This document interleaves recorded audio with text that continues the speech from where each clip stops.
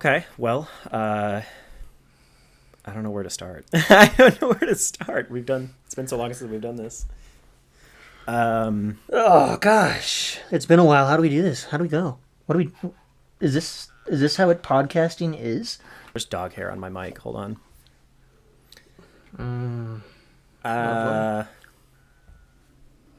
Hi. It's just like, well, yeah, I think that was a good podcast. Thanks, guys. Thanks for joining us. Well, hi, Kyle. How you doing, buddy? How's it going? How's it hanging? It's been a number of days, 5 days since I last saw you. Has it? Oh yeah. Oh, that's one of the things Tuesday, we can catch everybody else 4 up days. on. 4 days. 4 4 days. days. Yeah, we haven't even.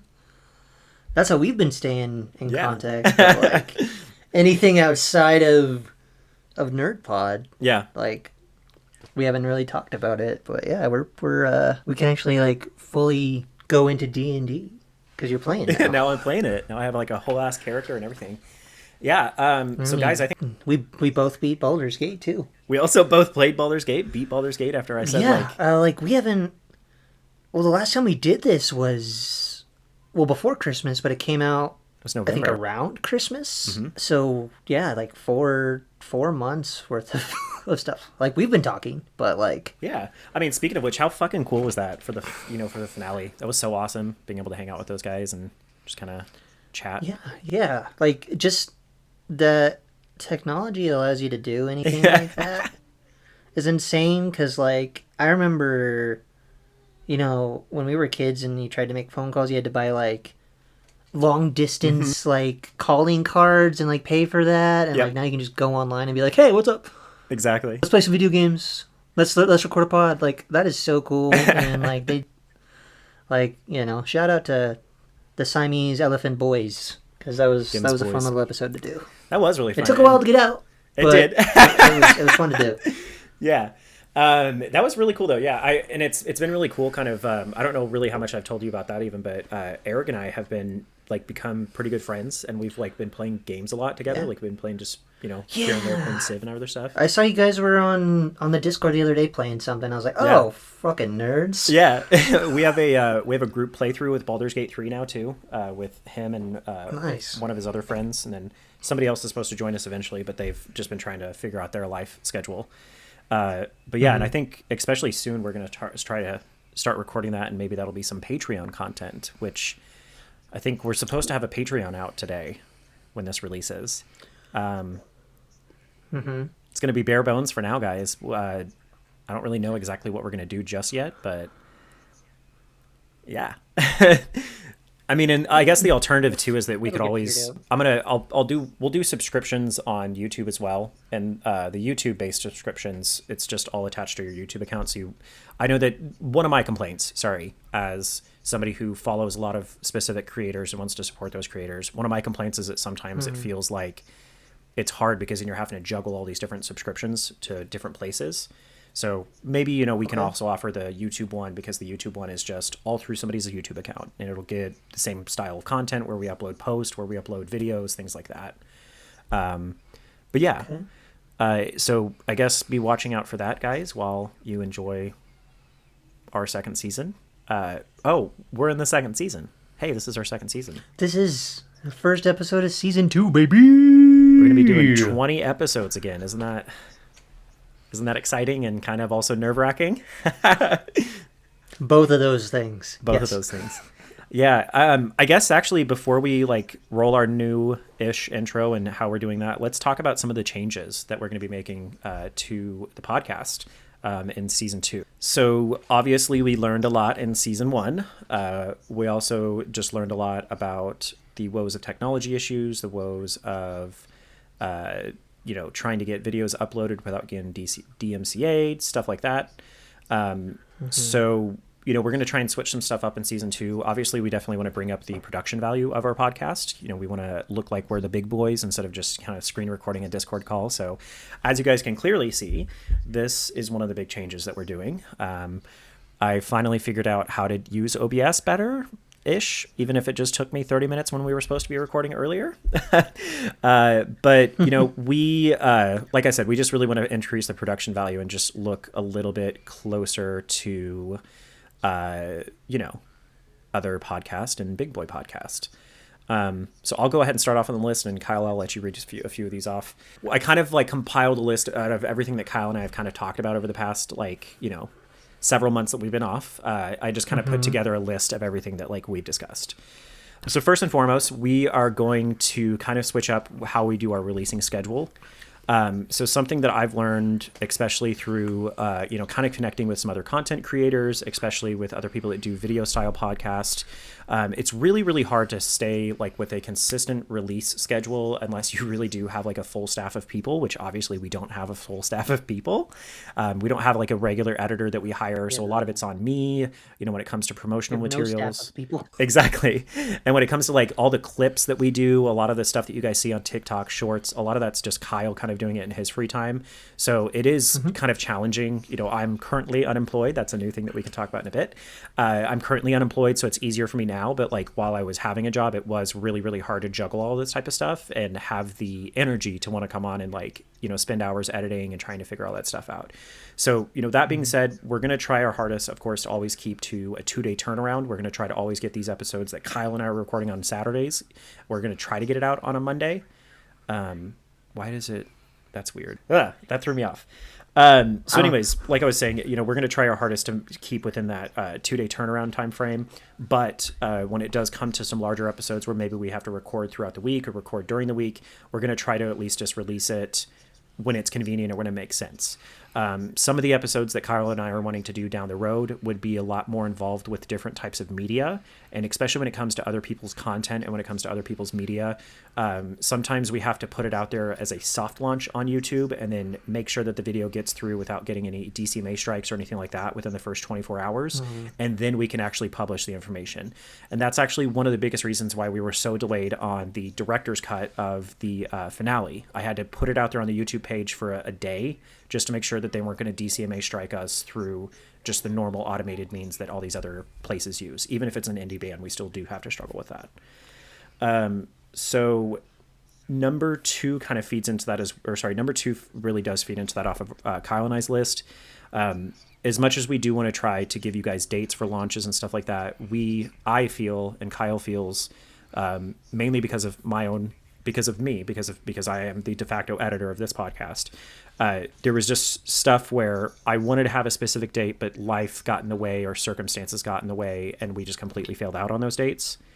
And obviously I don't like that. Kyle doesn't like that, and it just doesn't make us look good. So we're going to not do that anymore.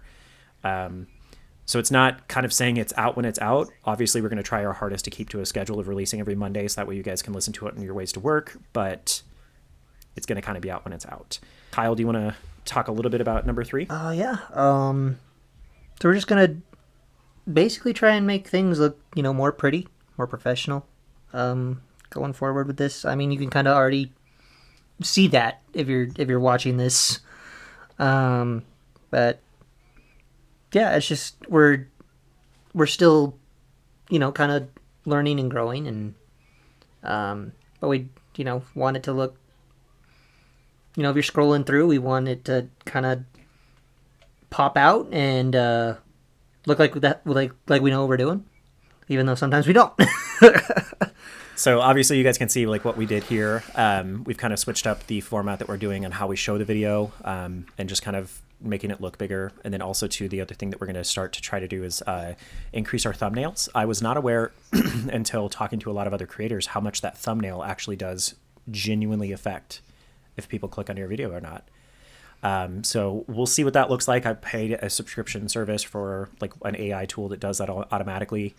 Of course, I'll try to make sure that everyone is aware that it's AI generated content, because that is another thing that we're going to try to focus on. I think the other thing that was kind of cool with one of the production changes that we are doing is, we're also going to be launching a Patreon. And, like I kind of said a little bit ago, guys, we don't really necessarily know exactly just yet what our Patreon is going to look like. The tier model, I don't know I don't know if we're going to start off with like different tiers, just because I just don't, I don't know if we are large enough and have enough content to be able to justify, 5 different tiers or whatever of subscription-based stuff. So realistically, the only thing that's going to kind of be in addition to the YouTube channel and the subscription-based plus the Patreon part of that is, we're going to try to release some of the behind-the-scenes stuff. Kyle and I have kind of flirted around with the idea of maybe doing like a NRDPod after dark, as it were, like big air quotes, where, we just kind of hang out a little bit after we get done with the official episode. And maybe that's where we talk about some stuff that we normally wouldn't talk about on the normal podcast. Maybe just like crazy life stories and stuff that maybe is just a little bit more adult themed, or not even like, you know what I'm getting at. I'm not meaning like, it's not like, I don't know. It's not like Sexual, X-rated. right. Yeah, it's not X-rated. It's just like stuff like if I went on a date and I wanted to talk about the funny story of the date, it's not something I would normally put in the podcast, but it's something that I could put there, where it's a little bit more of a group thing. In addition to that, we also talked about maybe making some special Discord statuses. That way, if you're a part of our Discord team, you have a specific, channel that maybe we can talk about, or that we can kind of talk as like subscribed people. When Kyle and I progress this, the more we try and figure this out, there is going to be some content that's going to be a little bit more scripted. And so, of course, you guys will be able to see the scripts that we kind of use, that we base our stuff off of. You guys will also get early access to our guests, see who we're talking to, see what's coming up.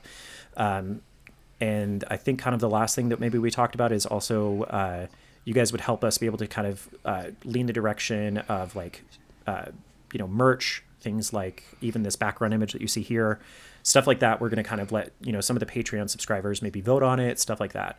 And then I would say also as well, some of the material that we're going to try to release out on the Patreon and then the subscription-based YouTube channel is like, if we do like a game night or something, we want to maybe like record that or something, that'll be released there. If, Kyle and I decide to do like a group play of some sort of game, we could release our, our content there as well. But yeah, I don't even know at this point. I think we haven't officially decided what pricing tiers we're going to do just yet either. But the Patreon's going to be ever. I mean, we want to make it, as cheap as possible, because this economy is just insane, and you don't need to be spending $20 on a podcast. But what you do need to be doing is spending $50 on a podcast. So that's going to be our yeah. And then any money that's generated from that podcast or from our YouTube channel, until we have more than we need to figure out, because right now we have nothing that we make off of this, until we get to the point where we have to start making the decision of what do we spend this on, all of it's going back into the channel. So it's going to go into paying for things like merch. Kyle and I have a lot of really good ideas for merch that would be kind of unique and specific, especially, I don't know, Kyle and I both kind of agree that like merch for us, we don't want it to be like just flashy and showy that you buy once and then just like never wear again. We want stuff that like people are going to wear and that's like just normal, comfortable stuff. So we've talked about like beanies. We've talked about doing stuff like a beanie. We've talked about doing stuff, just hats, all this other shit. And so we're going to try also too, with any money that we make off the Patreon, swing it back into merch, and then realistically just increase stuff on our channel. Once we continue this and progress this and we start to get larger and we start to, need the additional things, we will pay for things like a subscription service for background music, for stuff like that. So yeah, all of it just goes back into the channel. None of it's really going into Kyle and I's pocket. So I just feel like we should be transparent and say that, because a lot of content creators don't do that. And then Kyle, do you want to talk a little bit about number 5? Yeah. We have, obviously our Discord, and that's kind of growing here and there. But we just want to be, more engaged, I think, with our listeners, like with watch parties. That's a little more difficult with Disney Plus getting rid of their little thing that they had, but it's still manageable. Or like game nights. If you're listening, you're probably on a console playing something. And I'm sure there's a game out there we can all agree to play. I know I think we were talking about trying to get on Twitch a little bit more too this season. Just little things like that, or even if, a new trailer comes out, let's get a group together in the Discord, watch it real quick, talk about it, something like that. Just, Like, we want you to be a bigger, like, part of this season, I guess, and seasons going forward, you know. Especially because we always use the moniker that we want this to feel like it's like you guys just hanging out with us in a party chat, like you guys just hanging out with us while we're gaming. We want that to, of course, be the case even beyond just the podcast. And so, we do have a very shout out to Jules. She did an amazing job setting up our Discord.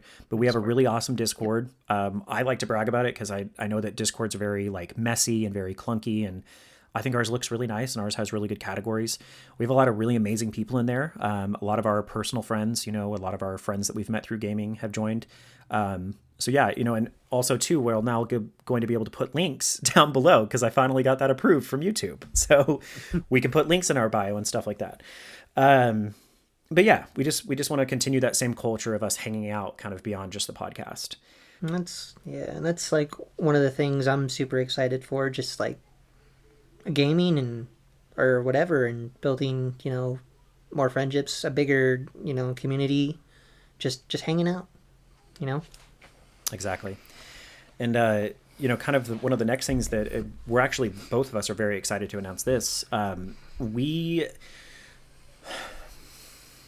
So one of the things that I have always struggled with as a creator, and one of the things that I've always struggled with, even just doing this podcast, is I want to try to make sure that we are doing things the right way. And I don't really want us to overly rely on things that are just 100% free. In the sense of like music that comes with like the editing software that we use or stuff like that. So something that we've kind of decided to switch up is that it's kind of twofold, which I'll kind of combine both of these. I'm kind of combining two different points, but one of them is that all of our intro music and outro music is now going to be based on indie artists who have given us permission to use their music. We want to be able to show you guys some indie artists that we feel maybe are not very well known, or that we feel like we really enjoy their music. It can be everything from indie artists, like indie rock artists, to electronica, to folk music, to country music, to rap music, to metal. I mean, we're going to try to just pair with different local artists that maybe we know from our local area, or artists that we've met through different social media apps. Before we roll today's intro, which we still are not at that point, but, today's intro, we've got, it's actually going to be the Siamese Elephants. They've been so incredibly kind and actually opened up all of their music for us to use. But, we're going to use just one song for this one. So you're going to hear, pretty much new artists every single week. It's going to be some artists that maybe I don't personally like, or that I don't personally listen to, that Kyle's really big into, vice versa. And also too, of course, because that's going to run out pretty quickly, because our list is lesser than 20 people right now. If there's people that you guys think that we should listen to and that you guys would like to kind of have us show off, or even if you guys are band members yourselves. Or yeah, if you're making music, yeah. And like I said, it can be anything from like, even it could be anything. Even if you just sit there and make house music, something like that. Like, we just want to be able to kind of, especially in this day and age where where content gets stolen a lot, or where, AI generated stuff is becoming so much bigger. We want to be able to support the little guys, the guys that don't necessarily always have the best chance. And especially with TikTok potentially going away, where a lot of indie and smaller artists make their name known. We also just want to be able to perpetuate that kind of platform that exists there. Which I'm going to combine that with one of the other points. As you guys can see, we've got a new background as well for kind of the look that we're going with. Each week, we are going to rotate out with a new picture from the European, well, really any of the space agencies. And we're just going to rotate out to a new galaxy or a new image. We're going to kind of switch back and forth between Kyle and I picking them each week, which we will talk about the image that's behind us right now. We'll talk about that a little bit later after we get into the podcast. So, like I kind of mentioned it a little bit with the gaming and stuff, but we are going to try and be more active on Twitch. I don't know what their policy is on music and stuff either, but we're gonna try. Obviously, not for this episode, but going forward. I think live streaming the recording session, is that what we're going for there? We're going to try doing that just so you can, literally hang out while we're making the damn thing. Yeah. And see us spend 35 minutes setting it up. Right. Yeah. The fun stuff. Yeah. Yeah, definitely gonna try and be more active on there. I believe we have an account already. Just gotta set some stuff up here and there. It should hopefully episode 2 we're on there, and you can come in and put little emoji thingamajiggers in the Twitch chat. I don't know, but yeah. And then I think, in try addition doing to that. that, we're going to try to do some streaming, video games. If Kyle has a video game that maybe he would want to stream there, or if I have a video game that I maybe want to stream there. But yeah, we're going to just try to also just increase our presence on Twitch, just because, let's be real, we're all nerds, and Twitch is for nerds like us. So I guess I'll finish up with the last one, because the last one is kind of going to be how we're changing up the format that we do with podcast. So last year, which I can say that, last year... That's weird. I know. So weird. Last year, the podcast was mostly us just kind of winging it, us just kind of like figuring out what we want to do, maybe like even just 20 minutes before we recorded, which was perfectly Sometimes. fine. And I really obviously enjoyed like the spontaneity of it, but we're going to kind of switch it up to where we're focusing. We're going to try to bring on a lot more guests than we had last season. And we're going to try to focus a little bit more on like people, if that makes sense. So as you guys can tell, obviously, with how we're wanting to, kind of boost up some of the indie artists with some of their art and their music. We want to kind of do the same with some of the people that we have lined up to be guests this season. We're going to bring on people anywhere from, Star Wars mega fans to a composer. We've got a composer already booked. We've got just all these different types of people out there. And I kind of only bring up this point just to say, if you guys have any idea of anybody that you feel would be super awesome for us to bring on, comment down below, send Kyle or I a DM. I was really weighing whether or not I wanted to kind of close down some of my social medias just because, I don't know, like Twitter's gotten scary and stuff, but I'm going to keep it open, especially with us moving through the second season of the podcast. So, feel free to reach out to either of us if there is anything that anybody that you feel like would be an awesome guest. But like I said, we're going to kind of focus more on the nerdiness aspect of it and focus on people. So the people that we bring on, what do they nerd out about? What are the things about them? Some of their shit. But yeah, I feel like that's kind of it. I feel like that's kind of the new changes that we're making to NerdPod. Was there anything else, Kyle, that I missed? Was there anything else I needed to add?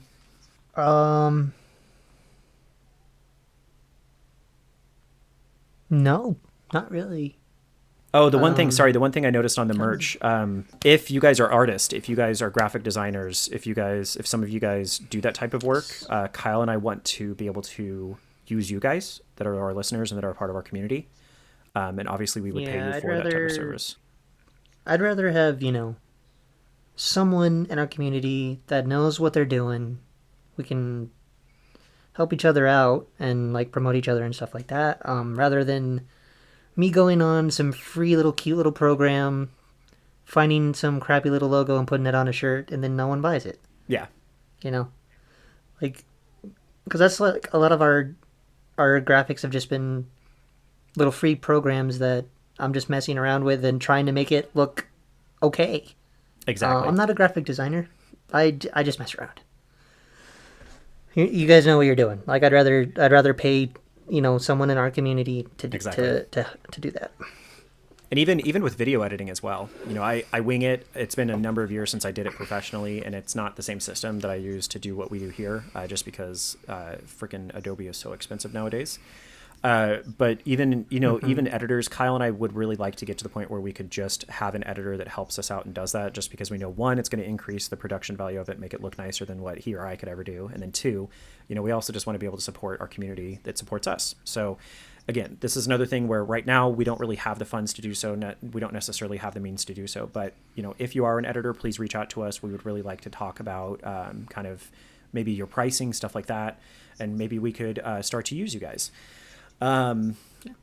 Yeah, so those are kind of the changes. I actually don't know if I don't know. Those are some of just the changes that we're going to be doing with the podcast. So anyways, I guess let's go ahead and roll that new intro.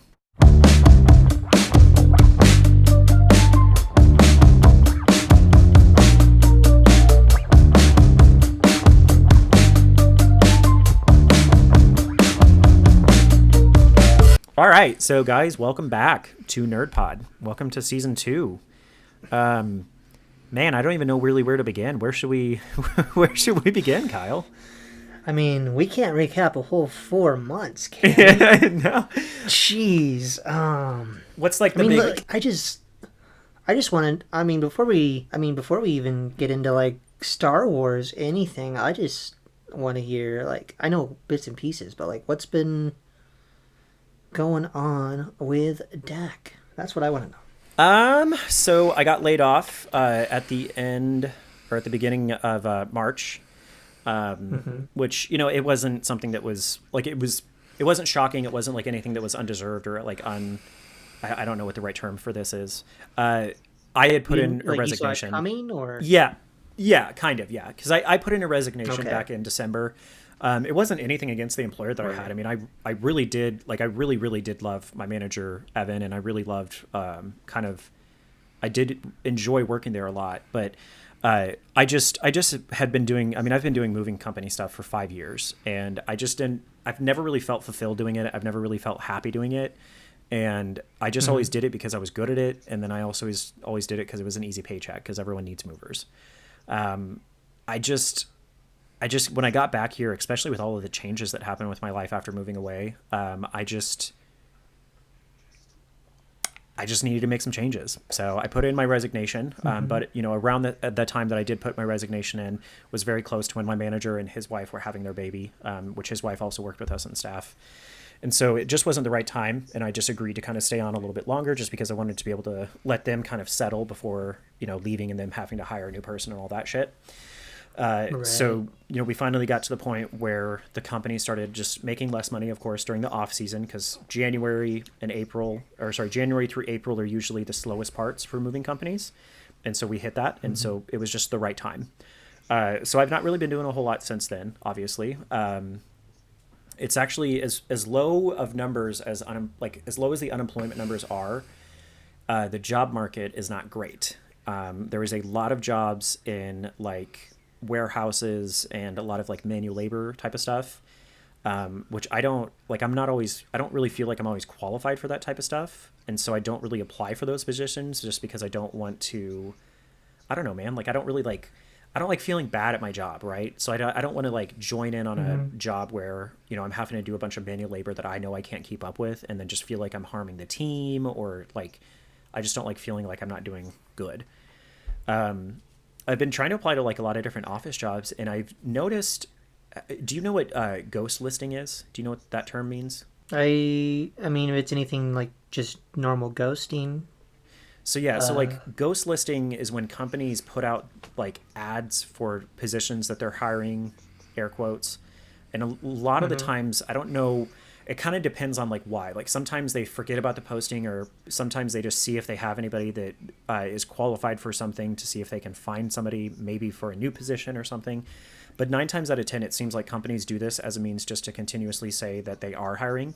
In some states, specifically, I know like in Montana, for example, you can get state tax credits by, proving that you're a hiring company trying to hire out a bunch of different people and needing all these different positions. And so, I think some companies do it for that purpose, where maybe they just put that listing out there for whatever reason, for reporting, whatever else the case may be. And then when you actually follow through with the application, then they act like the position doesn't exist, or they just never reply to you, which is sometimes scary because when you fill out an application, you usually have to fill out some highly personal information and some information that would be considered sensitive anywhere else, like things like, social security numbers, stuff like that. So I've been dealing with that a lot recently as well. I applied to like 48 positions recently through Indeed and LinkedIn. And I would say only about 8 of them have actually been legitimate, or 8 of them have actually been something where they were like, yeah, we're still hiring for that position. And the thing that I'm struggling with on that is just all my shit's with moving companies for the past 5 years. So it's like, a lot of companies don't necessarily think how that's going to translate over, not necessarily knowing maybe what I did there. But man, honestly, even outside of that, like that's kind of just what I've been doing at home. I finished playing Baldur's Gate 3. I finished my first playthrough Baldur's Gate 3. That was fun. I don't really want to speak too much on it because I don't want to spoil it for anybody. I think we're going to try to do a Baldur's Gate episode like way, way later in the season. Just like, closer to like after one of the like 15th or 16th episodes, just because we want to give time for everyone obviously to play the game now that it is still being widely circulated. But yeah, that I mean, that was my first time ever playing kind of a CPRG kind of top down kind of game. I've not really ever played those, and I know that even last season when we talked about Baldur's Gate 3, I was like, yeah, I mean, it's just not my cup of tea, so I don't know if I'm going to play it. But I mean, Kyle can attest to the number of times that I just like, I mean, God, that it's just such an incredible video game, and there is just like, it's so complex, and it just, I've never found myself wanting to constantly play a game over and over again just to get different results. This is like the first game that's really been a thing for me. Outside of like maybe there was one or two of those Call of Duty games that were out on Xbox 360 where, you know, you could have different endings, you know, alternate endings. That was realistically like all I've done where that's been a thing. But yeah, everything from like just each of the characters' stories, like diving more into their stories, you know, even like options that open up only just through romancing. It's just such a beautiful and such a complex game. And I think I told you this whenever, I think I told you this in one of the scenes in Act 2 where, I mean, I was just like, my jaw dropped. I just like started bawling my eyes out. Like it was such an emotional scene. And I know exactly what you're talking about. Yeah, it was such an emotional scene. And I just remember just being like, so like my heart was racing. It actually, there's been few times where media has captured my attention like that. And the other time that it captured my attention was actually Andor during the Fondor scene, whenever the Fondor gets caught by the Rester cruiser. I just remember that whole time with the music and everything else. Like I was just like so intensely drawn into it. And there was that specific scene in go ahead. The all the, you know, NPC or not NPCs, but like your party members' arcs. Yeah. Are just, I want to finish all of them because they're just so well thought out. And like a lot of them, they can go in multiple directions depending on what you do throughout the game. So not everyone has the same thing happen. Like I had multiple people ask me like, did you get a good ending? Like what happened? Like once I beat it as well. And I was just like, I kind of don't even want to tell you what happened. Yeah. Because I don't want to spoil anything for you, you know? And that's, so like Erig of Siamese Elephants, him and I have been playing, me and his friend Alphonse and him, we've all been playing a group playthrough. And then of course they two, both of those guys are playing their private playthroughs for their, like, you know, through their first time and stuff. And even then, like there's stuff that Erig will like text me and ask me, and I'm like, I can't respond to you because like, I don't want to spill something, but like also I never experienced that. Like there's stuff that even I've texted you where you're like, I don't know. I mean, he just like Halson, one of the characters, I was struggling with trying to figure out how to get him to join my party.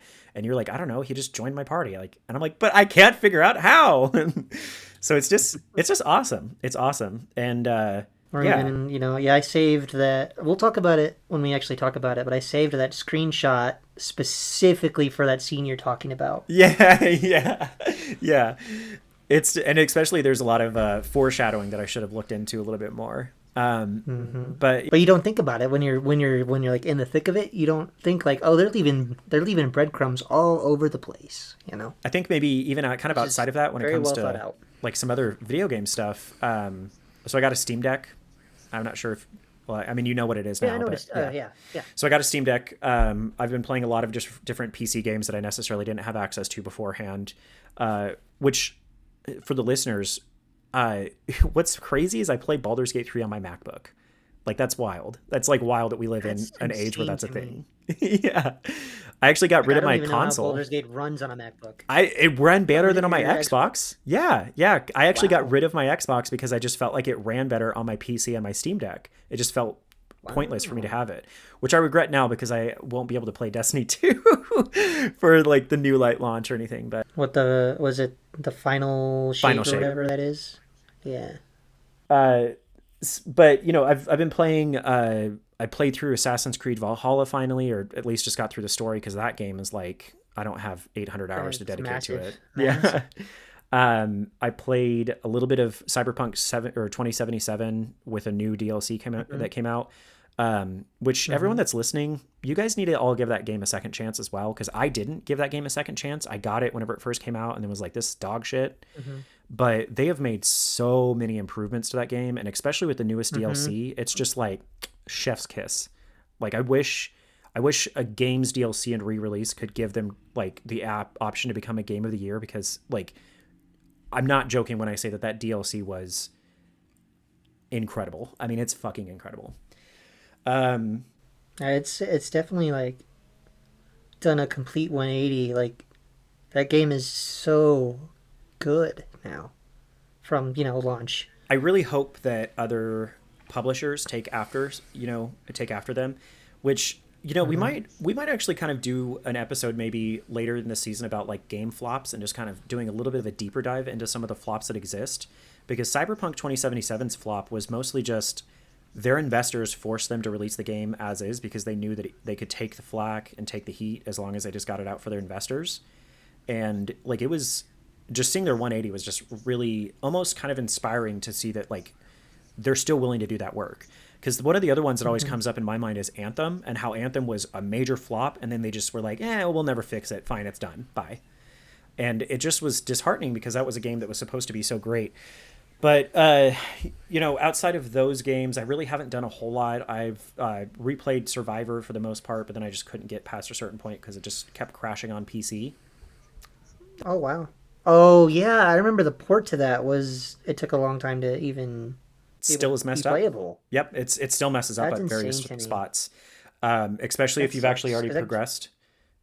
Like that sucks. The game is so good. Yeah, I wish PC players could play it. Yeah, yeah, it's just wild to me. But I tried replaying that type of stuff, but I just never were able to. But I think kind of outside of that, the other thing, of course, through you, is I've actually officially been able to say that I am now a member of D&D. I'm a member of the D&D community. Yeah, you are. Yeah, you are. Hell yeah. So Kyle reached out to me several months ago. They had one of their players had to drop just because of some life changes. So, of course, them needing that additional player, Kyle reached out to me knowing that I was still struggling with the group. I mean, and actually, you've offered that more than once. You've offered it a few times, like, hey, if you want to join us. And I think I always just said no because I really wanted to do an in-person group. But then I found the massive issues of trying to find a group, and then in person is super difficult. Yeah, and then also just trying to come up with like a meeting schedule where like it was several, even just session zeros had to get canceled because we just couldn't even just meet just to like talk. So I kind of gave up on that a little bit. But now that one of my friends from Great Falls moved here, which was like super ironic and small and weird. That's random, but all right. Yeah. So that person, so he became a pastor here at one of the churches here in Kansas City, which is super awesome to see, an LGBT pastor, and especially in this area to see, just them kind of do that outreach. Especially, it's inspiring, especially given the drama that I cued you in on with my church background. But yeah, so my friend moved here from Great Falls, and we've gone once now to a place called Reroll, which is like a board game kind of tavern and a D&D kind of place, or a D&D like store that also like they host like open sessions, things like that, adventure leagues. So it's kind of like the store here. Right? Yeah, exactly. Yeah. Actually, very much so, with the only addition of having like food and drinks, pretty much. Yeah, they don't have that there. God, that would be so cool if they did. But we are going to continuously try to go and see if maybe we can find a group through that. But kind of just going back to, of course, our group, I thought it was going to be more of a challenge, and I thought it was going to be a little bit different because, I feel like anytime you just have a screen in front of you, like it does create this like layer of separation. And one of the things that makes DMD so unique and specific is like that camaraderie. But of course, like it's been so fun, of course, getting to know everybody. It's been so fun getting to know like Jeff and all of his silly goofiness. And... You and Jeff just clicked. Yeah. Yeah. I was like, all right. It's been so fun, though. I would also say like seeing the differences between BG3 and like actual 5e D&D, which we're doing a homebrew kind of campaign. We're not necessarily doing like a pre-made or anything like that.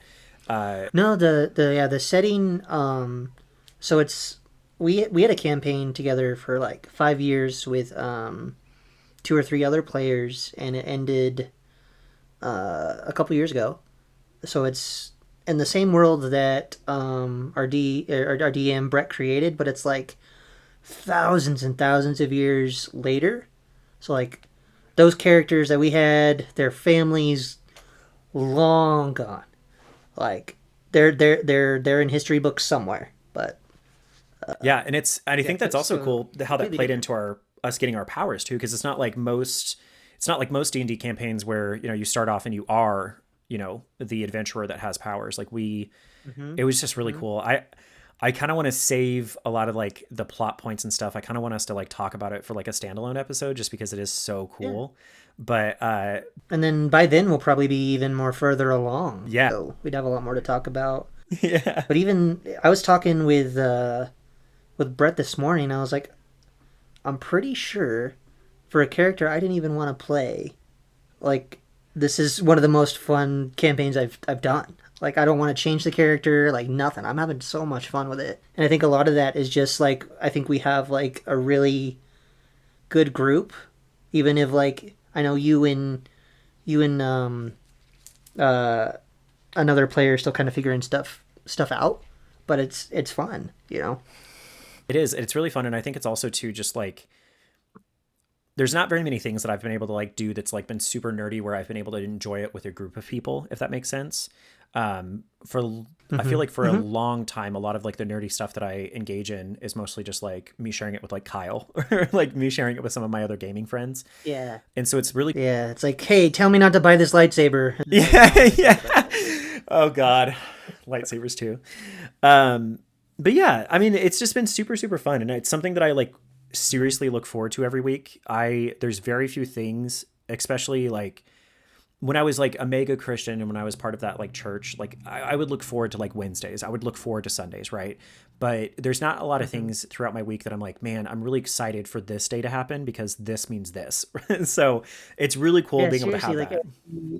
every Tuesday, because you know my schedule's still insane with work. Like I don't know what it is. I'm just like I'm hoping like I'm home on time, and no one bails. Like Yeah. I want to play. I want to play. Which know? yeah, I'm experiencing that. I never understood what that was until I joined a D&D group and experienced the woes of trying to meet with everybody. But Oh, and it's like with us, it's like since it's so early on, like if one person can't make it right now, we're just not playing. Yeah. So later on, like if someone's not able to, I think we'd be able to figure it out. But we're still fleshing out everyone's characters and everything. So yeah, and I think even like I was kind of trepidatious. Like I just didn't know if I necessarily wanted to stay what I was doing. But especially after talking to you and after talking to our DM, like I just want to keep it just because it also feels like it's the easiest class to step into. Like I don't know. So I'm a paladin for everybody that's listening. I'm a paladin. I'm actually an Oathbreaker paladin, which again we'll dive into my story when we do an episode on this. But it's just been fun. It's been so cool, and it's really, I feel like, especially with it being so immersive, it just feels like a board game that you just have to be more immersed with, and I just love that. And I love that like our characters can interact, and like our even like aspects of ourselves can come through our characters. Like it's just freaking fun, and I treasure it every single week. So I think that's kind of it. I don't really think a whole lot of other stuff has really changed, honestly, in my life. A lot of the other stuff is just drama, but yeah, that's realistically about it. What about you though, lil bitch? I'm glad you're enjoying D&D. I mean, a lot of stuff for me has happened fairly recently. I mean, I'm still at the same place for work and all that. Who cares? But like, started going to the gym, eating right, stopped smoking and all that recently. That was not fun. What else? Like I also beat Baldur's Gate 3. I don't know, but I've actually had just more time lately to do a lot of the stuff I enjoy, which is nice. I've been able to go hiking when the weather's nice. I've been able to When it's not back to being snowy. Well, yeah, it was weird. It was like so I went hiking last week with the family, and it was like 75 degrees, and then Wednesday it starts snowing. I was like, okay, okay, and now it's cold again. But I also just yeah, admit how, like, nothing. I'll admit to you right now that I actually really do miss it. Like, I do miss living there.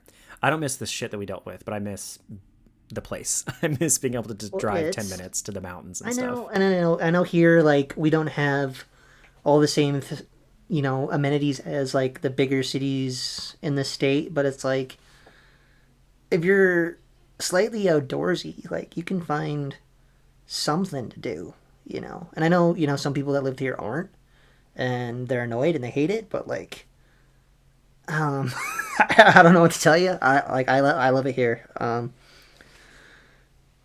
But I mean, nothing really like insane or noteworthy. Like I've just been trying to make more like positive choices. Because there was a while there where like I was like I have no direction. I don't know what I want to do. Like, can I be a good provider and stuff like that? And I feel like I've been able to like mentally just shift things, and it's slowly like I'm seeing a lot of positives, especially lately. Just with work and life and mental health. Just uh, at 31, finally like taking care of myself a little bit. So um, yeah, I'm just trying to be more positive about everything instead of I want to die today and stuff like that. I mean, I feel that a lot. Yeah, I definitely feel that. So how about like how about with the kids? How's everything going with just kind of the family? Is everyone doing well? Everyone healthy? Yeah. Um. Yeah, kids are good. I also saw a lot of snaps of a puppy, Or and I never got an explanation on that. puppy. Didn't you I don't send me have a pictures puppy. of a dog? There was like you sent me a few like snaps of a dog. Was that just like a I mean, I have my own dog, but I don't have a puppy. ah? Well, I now haven't I feel even seen dumb. a puppy. Ah, No, I don't. I don't have a new dog. I have my same old little butt nugget that I've had forever. gremlin. No, no new dog. But yeah, what about the family? How's everyone doing? Yeah, our oldest is like helping with like concessions over at the baseball park Hmm. here. So like slowly getting responsibility, and I'm like, this is Yeah, insane, but yeah. okay. Like they come home with like more tips than I do. I'm like, what the hell? All you did was give people peanuts and hot dogs, but all right. That's kind of So cool. that's kind of cool.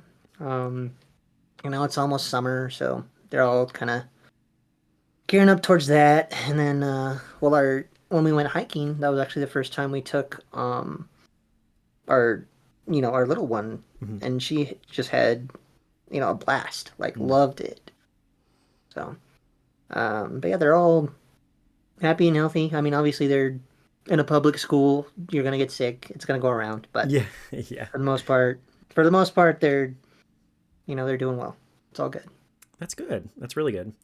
We I think one of the other like new things I guess I forgot to say is that I'll be a double uncle. So my brother and his wife are having a kid again.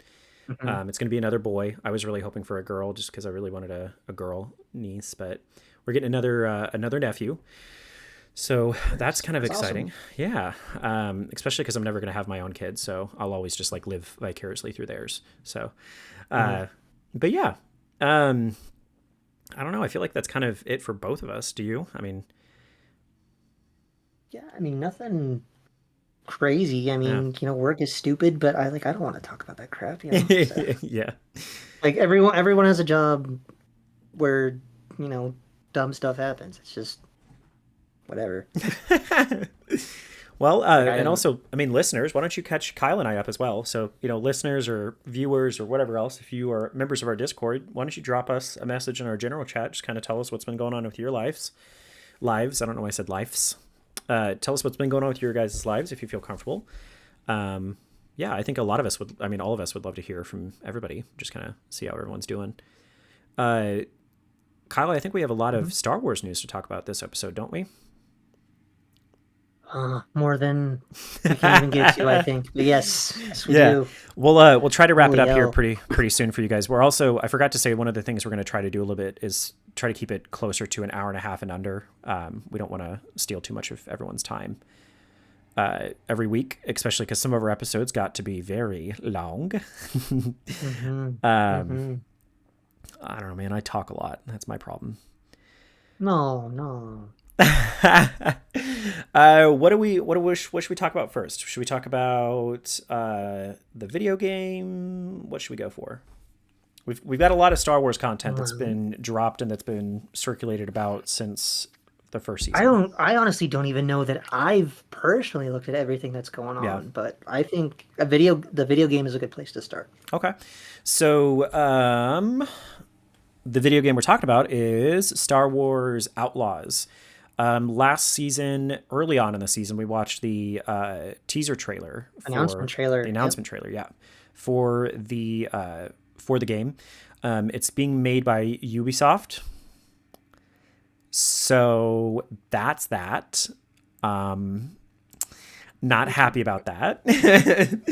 I mean, at least it's not Bethesda. So that's true. If it was Bethesda, then we would have a game that's 10 years old and still sold at $80 price tags. I think what we should do is we should just, I think really quickly, let's just watch the announcement, or not the announcement trailer, but the official and final trailer for the video game. I don't think either Kyle or I have actually seen this. I have not watched it. Yeah, and I didn't watch it either because I wanted to be able to save it for this. So each of you represents some of the most TIE powerful fighters. criminal organizations in the galaxy. Pikes, Crimson Dawn, Hutts. Hondo, It's is a that golden Hondo? age for the underworld. That The guy Empire looks controls super every real corner to of the me. galaxy, Yeah. but These they're graphics are pretty. distracted by The dude with rebels that the won't dude with the quit. beard. Oh, for sure. It's an opportunity to make millions. Great, that's wonderful. Kay Vess, the underworld's favorite new scoundrel. We meet at last. What do you want? Zarek Besh. Yeah, I'd love to see the new, live acting rich, for the game. and lethal. You crossed their boss Sliro, and now he wants you gone. Rob his fortune, buy They're your filling us out freedom. with a lot of names this time too. This job, it's a death wish. Oh, what? I'm in. Did not expect to see that. Out here, you live Oh, and wow. die by your reputation. That You want to survive? Know the players. You're new to this world. What's your problem? Come back when you're not. Jabba, right? Look, don't try anything. I got a whole crew surrounding the... Okay, we're skipping that part. For about as long as I can Close up of the remember, ship. it's just been me and Nix. Doing what we have to survive. This job is my one shot at freedom. Environment's terrible. But if we're gonna pull this off, I might just We have to, need like, the go right to the highest crew. point. and the right shit.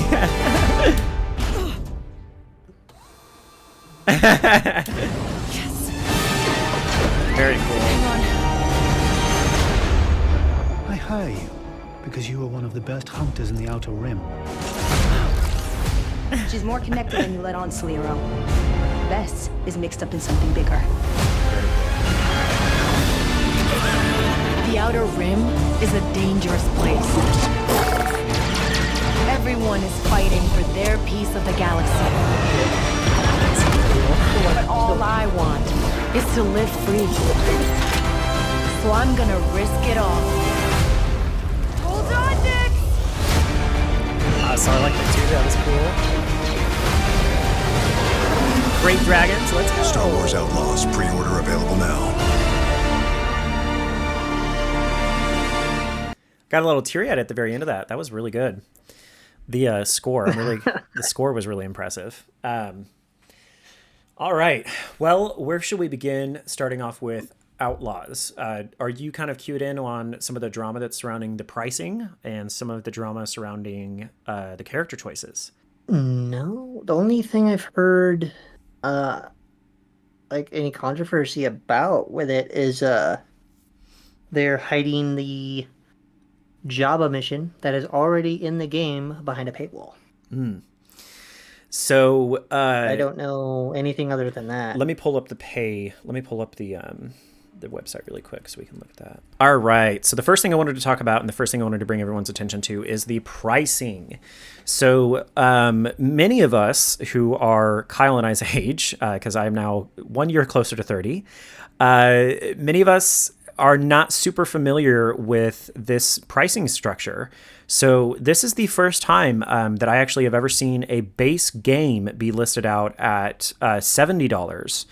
And I would say for years and years and years now, it's actually been, for the most part, you had the base game at, let me drag this down because that is bothering me. You had the base game at, let's say, maybe like $40. I think usually it was priced at like either $39.99 or maybe even $49.99. And then additional layers on top of that to where it would kind of max out at $80. But this is one of the first times I've actually seen a base game, like the bare bones, nothing else base game, be that expensive. So with a pricing structure, it is starting off at $69.99. I don't know what games you're playing. Well, like Baldur's Gate 3, for example, you had the 2 tiers. That's it, right? But it still capped out to where it was never more expensive than 80. The Star Wars Jedi games, those both, the base game was like $60, and then the game on top of it, if you wanted to get the additional stuff, was maybe an additional price. But I have never seen something where the standard edition with no additional details or anything like that be so high. So going into the gold edition, the only thing that changes between the first edition and the gold edition is you get a season pass and you also get 3 days early access. It jumps from $70 all the way up to $110. So the gold edition of the game, which everyone will probably be shooting for because that is the one that they try to price it to where people do get it by giving the season pass and everything else, that's going to start off at $110. Moving on to the Ultimate Edition. The Ultimate Edition is going to be the base game. I need to make that smaller. Sorry, everybody. We're removing formatting the video. There we go. All right, so the Ultimate Edition is going to be the base game, the pre-order bonus, the 3 days early access, a season pass, and 2 separate bundles. One of the bundles, the Rogue Infiltrator bundle, is based on a Legends character, which is kind of cool to see them, get some loving in this video game. And then the Sabak Shark bundle is going to be based on none other than our boy Lando. The other option for buying the Ultimate Edition is through their subscription service. So I want to talk kind of about 2 things with that. And Kyle, I want to hear your thoughts. So first and foremost... I'm very confused at right now. Yeah. So I would say, first and foremost, why don't you give me your thoughts on the pricing structure? Let's talk about like what your thoughts are with how they've done the pricing out. So I always buy the base game of games, and for current gen consoles, it's $70. You think no matter what? Every game I've bought for current gen is $70. So I don't know what $40 games are out there that I don't know. Like, the only thing that really I guess I should say more that was like is maybe weird. This old standard. Maybe I should have said that. Yeah. It's so I know like last gen PS4s and all those that was 60. They moved it to 70 with current gen. But the only thing that strikes me like is weird is like this game isn't even out yet, and you have missions behind a paywall. Why? Yeah. And then like with that they want you to content, get the subscription service to get other stuff, and it's like for one, fuck that, I'm not doing that. But like, why are you hiding so much of this behind a paywall when you're already gonna get probably people buying the deluxe mega Gold, stuffed whatever. edition, whatever the hell. Anyway, like, why are you hiding all these things behind it? That seems very odd to me. I will not be purchasing any of that. Yeah. Which is weird. It's definitely they're looking for a quick cash grab, which worries me about if this game is even going to be any good. Exactly. Like, it looks great. It does. And I would share with you in that concern. I as you guys obviously could tell, I'm not a big fan of Ubisoft. I don't really like their business practices. I don't like their game, like just how they develop games. I don't like the games that they've necessarily developed recently. I also really hate that they are really the ones, for the most part, that we can blame for a lot of the microtransaction hell that exists. They're also to blame for just a lot of the predatory practices right now that gaming studios do and publishers do. Obviously, just like you, I mean, obviously I'm excited for it because it's a Star Wars game, but when I see stuff like that, it does make me really nervous. Not only are they hiding some of that content behind the paywall, but, I kind of thought that we kind of stopped doing the seasonal model when it comes to these types of games. I thought that games were kind of switching out of that model because it was still treated as a live service. And when it's treated as a live service, it just doesn't actually, it's not as sustainable. I would say. So I know I play a lot of sports, like, games, and like I don't do their like online stuff a whole lot, but like they are all still about seasons. It's all seasons, and I think that works for games like that, though. Extra money. Yeah, and I don't do that stuff, but I know it's still like that. In sports, I think Fortnite's still one of the biggest games in the world. I think they still have seasons as well. So I think it makes sense for games like that, though, where there's not like an additional story behind it. Well, right? Right. Yeah. Right. It's not like this, where this is just a play this story, but only if you pay a little extra. Like that's weird. Like that's really weird. I think for my friends who are listening, who maybe are Destiny fans, you guys aren't going to find it weird because that's what Bungie has done for years now. But I don't know, guys. I think Destiny's in a horrible spot. I think that the game. I'm going to play the final shape, obviously, but I think that their seasonal model has led to really mediocre and mid content being released constantly because they have to spread what they can make money off of throughout the entire bit. I get really worried whenever full ass DLCs, for the most part, are locked behind a paywall. It's one thing when it is seasonal content where maybe they add a seasonal activity with like a story surrounding it. But from what it looks like with this game, it's going to be a like straight ass, just like the DLCs are locked behind this season pass paywall. It's just weird. But this, honestly, what else do we expect from Ubisoft, right? Well, it's just, what's really, really bugging me, like just knee jerk, top of the head, it's like these missions are already in the base game. Yeah. They're there. Why are we paying extra for something that's already there? You're paying to literally unlock a folder, pretty much. That's right. It. Right. Yeah. Like it's not a good look. I remember when EA's version of Battlefront came out, there was a lot of paywall stuff and Star Wars fans just shit all over it and they decided to get rid of it. So maybe it'll be something like that, but it is Ubisoft, so I don't know. Speaking about that game, did you know that they're like taking that game offline? The EA version? Battlefront, the newest Battlefront 2. They're going to stop. I guess they've stopped supporting it, or they've stopped making new content for it. They're not going to put any new work into it. And I think they did say that after, I can't remember what the date was, but they're going to take it offline.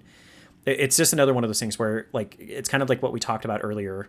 Like, instead of fixing it and instead of making it right, like what, CD Projekt Red did, a lot of these ones are just dumping them. Throw in the towel and... Yeah.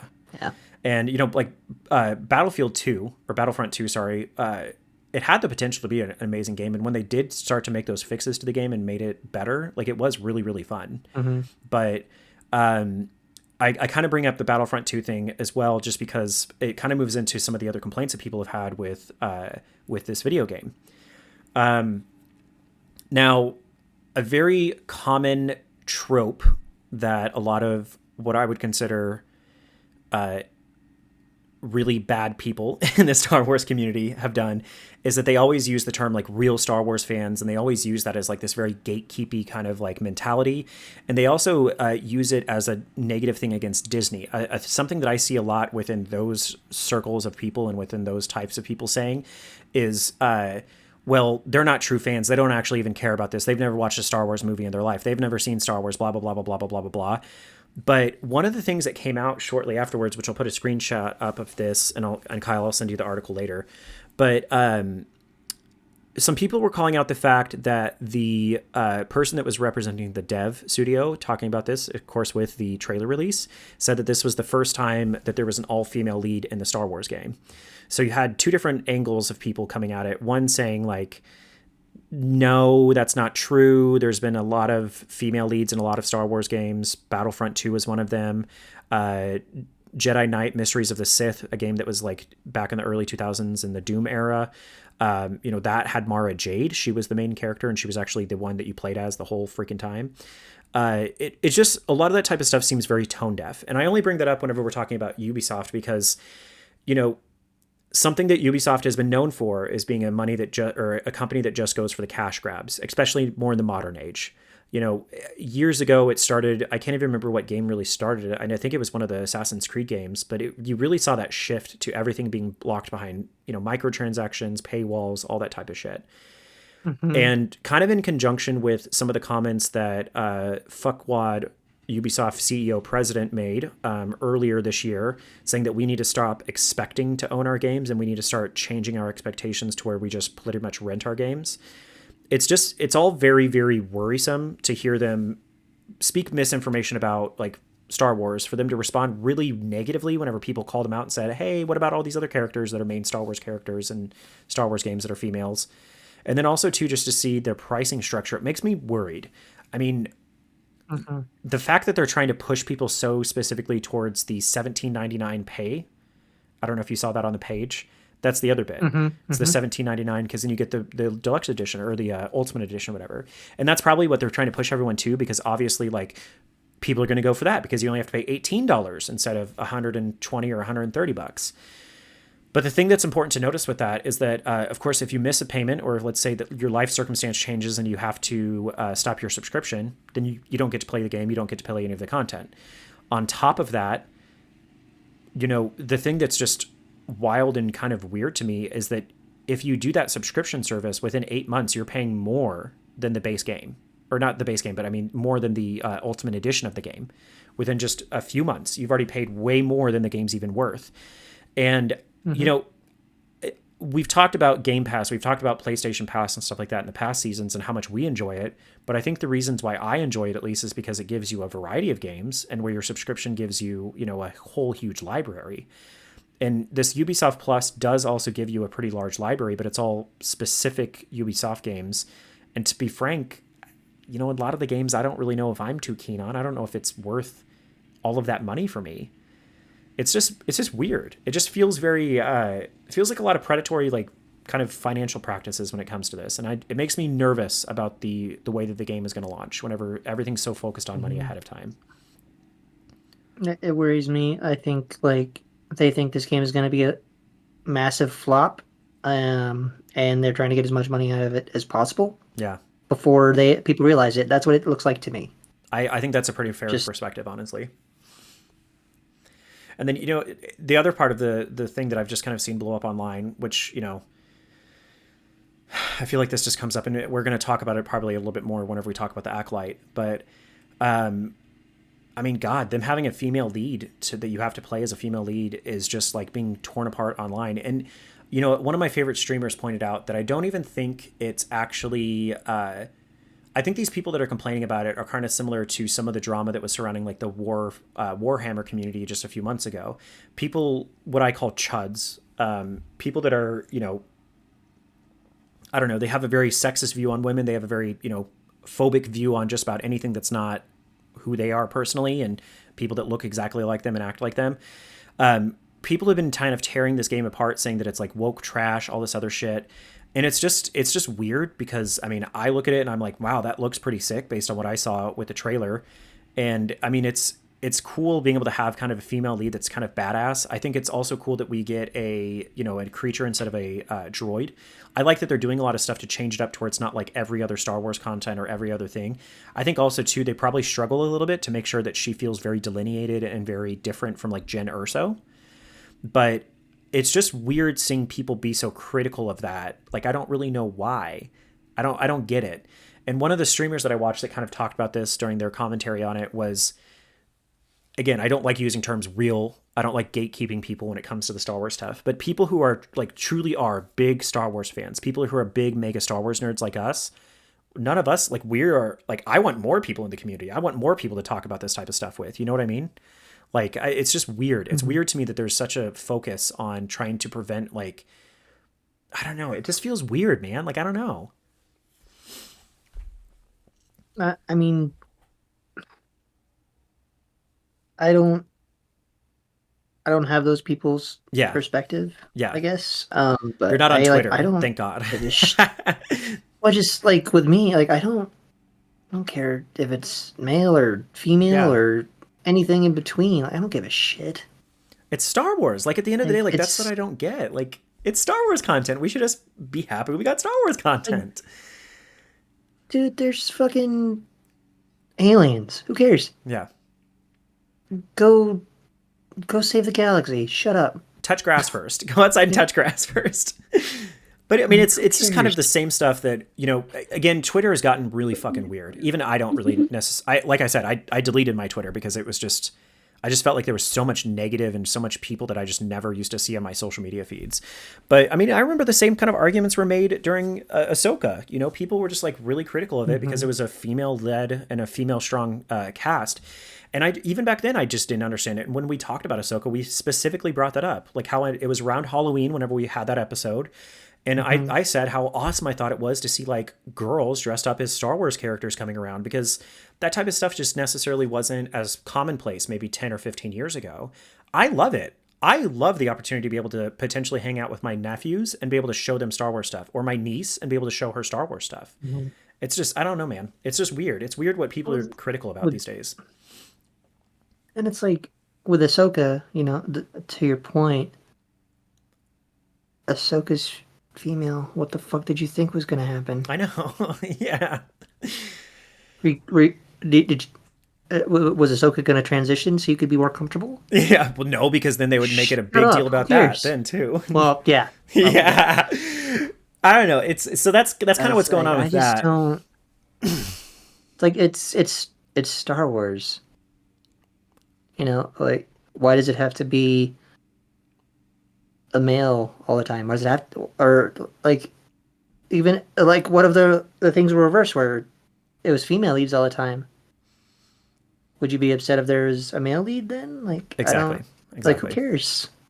And who cares? Who cares? And it doesn't, like, literally nobody has actually been able to sit there and make an argument, or I've not been able to read anything through the countless Twitter threads that exist on this of just like nobody's able to give a legitimate argument. They just make it about how Disney is woke. Like, do they just not want to play as a girl? Like, then don't buy the game. Then don't buy the game. Who cares? Yeah. Shut up.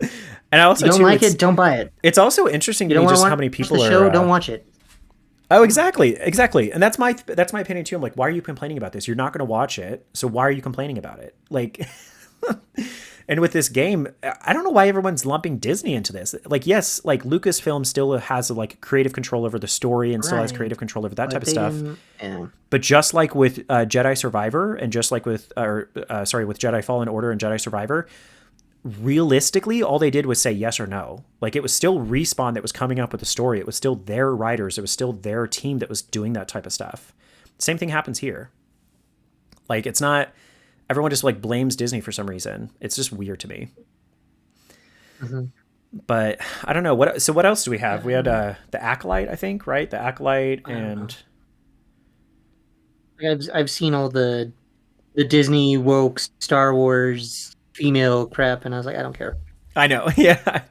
I think that so something I was, Kyle and I were kind of talking about was, I think that especially just because Twitter was my main social media, like I do see a lot of the stuff that he is kind of insulated from, because you don't really see that same type of negativity for the most part, or at least it doesn't get shown up in his feed or my feed on like TikTok or even like Instagram. I really don't see that type of crap happening. Even my Instagram and my TikTok, like I barely follow anybody. Yeah. It's so like it's like I'm not trying to avoid like seeing negative stuff, but it's like I just don't it just doesn't pop up for me, and I like to keep it that way. Yeah. So. I mean, it gets really, I will say that it gets really disheartening sometimes to be on Twitter as a Star Wars fan. I found a really, really awesome little community. It was actually kind of a book club community, and it's just been awesome being able to be in that. It's a Discord that, I joined, and everyone's super awesome, super cool. But it's kind of nice because I've kind of insulated myself in a way, and I had most of my stuff just be surrounding like that community, but it's just weird, man. The Acolyte, of course, is coming out soon. I know I'm really excited for it. I know Kyle's probably pretty excited for it too. It's got some... I know nothing about it. You have nothing about it at all. It's got some badass actors and actresses coming into it. I know Carrie Ann Moss is in it. Mm-hmm. I haven't really watched any trailers, haven't read about it. I know nothing about the show, really. So it's going to be in the High Republic era. So that'll be cool that we're finally being able to like visually see some of the media from that. Which, fun little fact, they've actually been working on developing like the High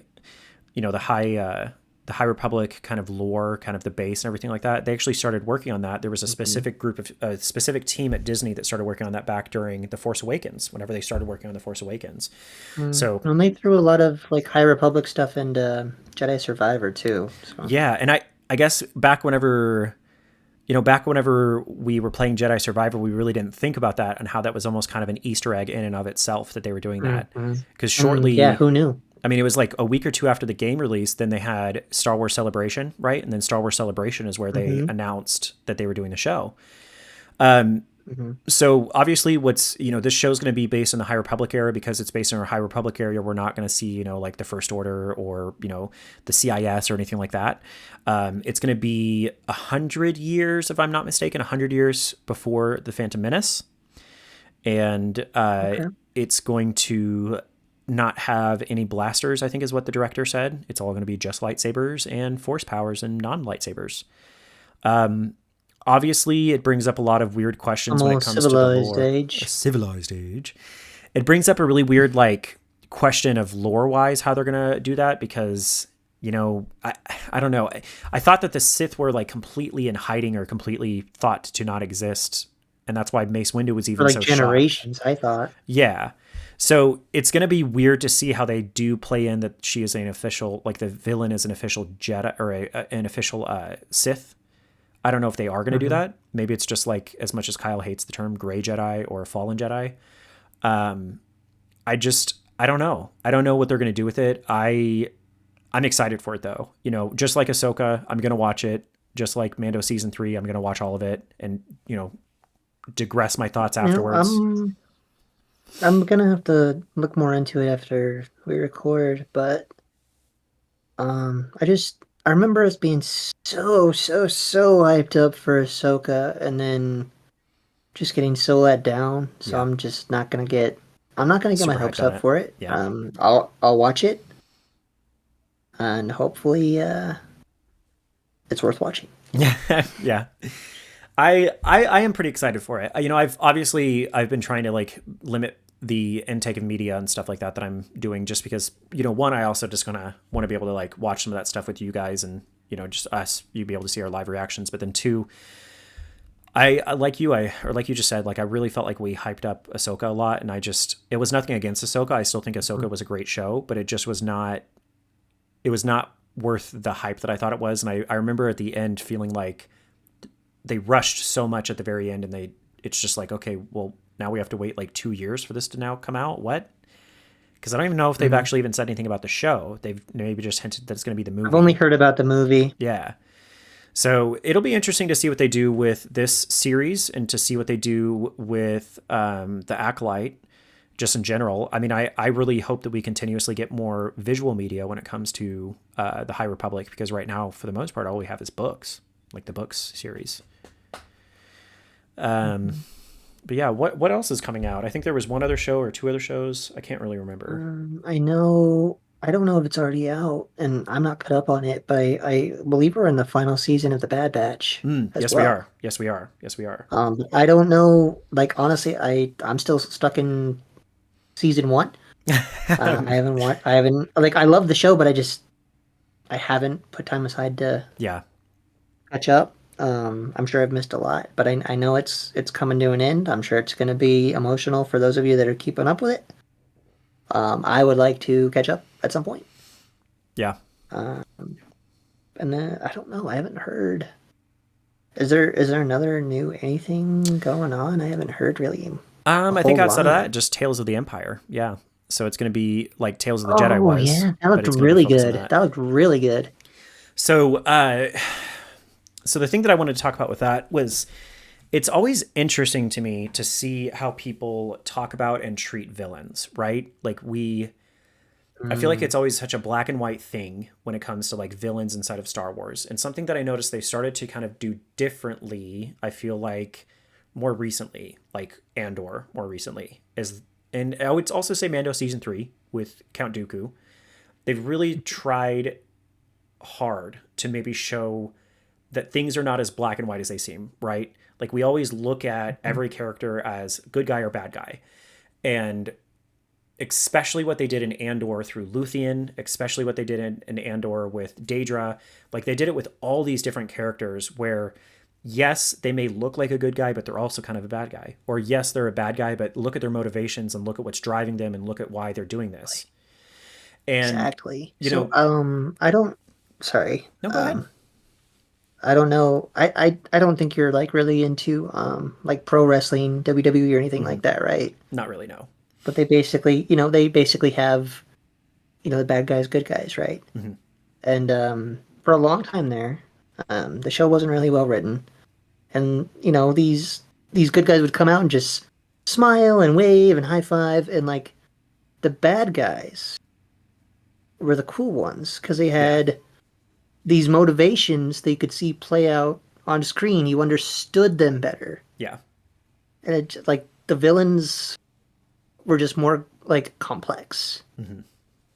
And just like and I think like even with like true crime murder shows and stuff like that, like trying to get inside the head of like a villain like that and understanding why they did what they did, or like what led them to be what they became. Like those are interesting stories. Exactly. I think that works perfectly for Star Wars. Like that's why Vader's such a complex character. He has this insane backstory, and he basically ruined it all himself. Just blew up in his face. And was also like always. And now he has to live. Yeah. Now he has to live with the consequences of that. Yeah. But. And so, I mean, I'm excited for it because of that. What I really appreciated with Tales of the Jedi was they did an incredible job showing what led Dooku to fall and what led Dooku to be, coerced and kind of lied to into the dark side. And especially, especially the older I get and the more that this type of media comes out, like it gives me such a deeper appreciation whenever you do see how the actors actually initially acted in the role, right? So like Christopher Lee, especially now, you can see whenever you watch episode 2, you can see when you watch episode 3, just how much he tried portraying that in his own role, showing that it's not just a normal villain. Like he feels like he's been pushed to this point where he had to be that character. It makes me have such a deeper appreciation for the sequels. It's one of the things that really made me have a deeper appreciation for Ahsoka's character, how they focused a lot on hers. And I'm really excited to see how they portray some of the characters like Morgan Elsbeth, how they portray some of the characters like Bari Ophis. Am I saying her last name wrong? No. Elsbeth? Morgan Elsbeth, and then Bari? Is that the one that betrays Ahsoka? I forgot what her name is. I don't remember. But the girl that betrays Ahsoka, she's the one that's going to be... I know who you're talking about, but I can't remember her damn name. So she's going to be the one that's also in the show as well. And then I think they were going to show Merrick as well. And then I feel like I'm missing somebody else. I'm missing a male. Oh, yeah. I'm missing another guy. Maybe it's Krennic. Maybe they are doing Krennic. No, I don't think they're doing Krennic. I don't know. I'll fix myself whenever I do this. But yeah, I mean, I think that there's a lot of stuff coming out. I mean, it looks good. It does. I thought the trailer looked pretty cool. I thought... I like that they're doing the deep dives into those different characters. It's going to be cool to see the Night Sister story with Morgan Elsbeth. Yeah. And I don't know. Maybe Marin plays a part in that too. We don't know. Yeah. That would be sick to me. I want to see more of those characters integrated into like the shows. I saw somebody make a joke about this where like it was like Ahsoka fans, who the fuck is that? And it pointed to like Merrick, and then it was like a picture of Dave Filoni being like, you have to wait 9 months to find out with this show. But it'll be cool diving into like everyone's backstory. Yeah. I don't think is there much anything else? I don't think that we're missing anything. I feel like that's kind of it when it comes to Star Wars content. Or as far as I know, to the best of your knowledge. Yeah, and like I'm not even caught up with all of that. Like, there's just been so much content, you know. It's just like, okay, there's more and more and more. They dropped a lot recently. Are you going to go to the 25th anniversary edition of Phantom Menace? I would very much like to. Yeah. But we shall see. I don't know. Like, I don't even know if that's happening here, just because we only have the one theater. It is. I looked. Oh, okay. Okay. Then yeah. I might be sending a text out to the boys about that and go watch it. It's I think that you're supposed to if it's I can't remember what theater brand is up there, but I know that AMC is doing a thing where the first like we got so many people Regal here. Regal. You'll look into that because I think that like maybe it's not just AMC, but I know that they were going to be doing poster giveaways for the first like how many ever people. Okay. I'm excited for it. I'm super looking forward to it. I actually went ahead and bought my pass for because they're putting all of the movies back in theaters. So I bought my pass so I could go back and watch Phantom Menace. I wanted to also see Attack of the Clones. I wanted to see the first 6 movies in theaters. Just because I had already seen the other movies in theaters. I nothing against those movies. I don't want to see them again. I haven't seen these other movies for years and years and years in theaters. So I'm excited for that. And then also too, supposedly they're supposed to be releasing a special trailer or like the final official theatrical trailer or something like that for The Acolyte. I don't know if they're doing like a sneak peek. Oh, during the movie? Like before the movie. Yeah, they're doing something specific for The Acolyte with that. Okay. Then that's even more reason to go for me. Like, hell yeah. But yeah, I think that's kind of it for the Star Wars stuff. I can't really think of anything else. Not for Star Wars, no. Yeah. And like Kyle and I said, if we really caught you guys up on everything that's been going on, it would be like a 5-hour episode. So I feel like we tried giving cliff notes. Yeah, there's just a lot. I think Hayden Christensen turned 43 the other day. Oh, he did. Yeah, Dad turned 43 yesterday, I think, actually. Yeah. That's insane because he still looks exactly the same. I know. Yeah, he just has like a few extra facial wrinkles, but outside of that, man, he's such a handsome guy. I like him and Diego Luna too. I'm just like, those guys are just handsome, wholesome people. I'm so glad that they're like in the Star Wars community again. Like, I'm glad Hayden's back. I'm glad that Diego is like, I don't know. It's. I know a lot of people. I know that we were even critical of that Mando episode where Lizzo was there and where Jack Black was there, but like I love seeing like famous people that are super big Star Wars nerds being able to like be in Star Wars. You know what I mean? Like I love seeing that type of stuff. For me, I prefer if they're like stormtroopers or like made up aliens. Yeah. Like, not like full-fledged to me, like, speaking like, characters. Yeah, Jack Black being there, I was like, that's just Jack Black. Being Jack Black. Like I didn't it kind of threw out the immersion a little bit, but yeah, I agree. But it's cool. It's cool seeing like, you know, it's cool seeing Hayden actually get love properly finally. Like I don't know, it's fun. It's fun. I think kind of outside of that, I don't really have anything else to catch anybody up on or anything like that. I completely forgot that we skipped over talking about this lovely little image that we have behind us. Let me turn off. I picked that one today. Yes, he did. Like, it looked so beautiful. Like I was like, that's the one today. Like, I don't know, it just looked cool to me. It's a pretty neat one. I really do like it. I think that like I think it's just gonna be cool. So yeah, guys. So what we're gonna do is every week we're gonna switch it out with a new image from either the James Webb Telescope or the Hubble Telescope, or realistically any of the observation satellites or platforms. If any of you guys have any ones that you guys feel are super cool that you want to share with us, just send us a link through Discord DMs, through anywhere. Just send us a link and we would love to show it. I don't really think there's anything else to say. I think we could probably wrap this episode up and be somewhat within our time frame. Kyle, do you have anything else you want to add? Welcome to season 2. Welcome to season 2. Yeah. And as always, guys, don't forget to subscribe. Don't forget to like this video. If you're listening, don't forget to leave us a review. Give us a little comment. Tell us your thoughts on the Ubisoft drama. Tell us your guys' thoughts on some of the stuff that's coming out with the Star Wars games. I would love to know what our listeners are thinking. And as always, try to share this with some of your friends as well. We would love to increase our community, of course.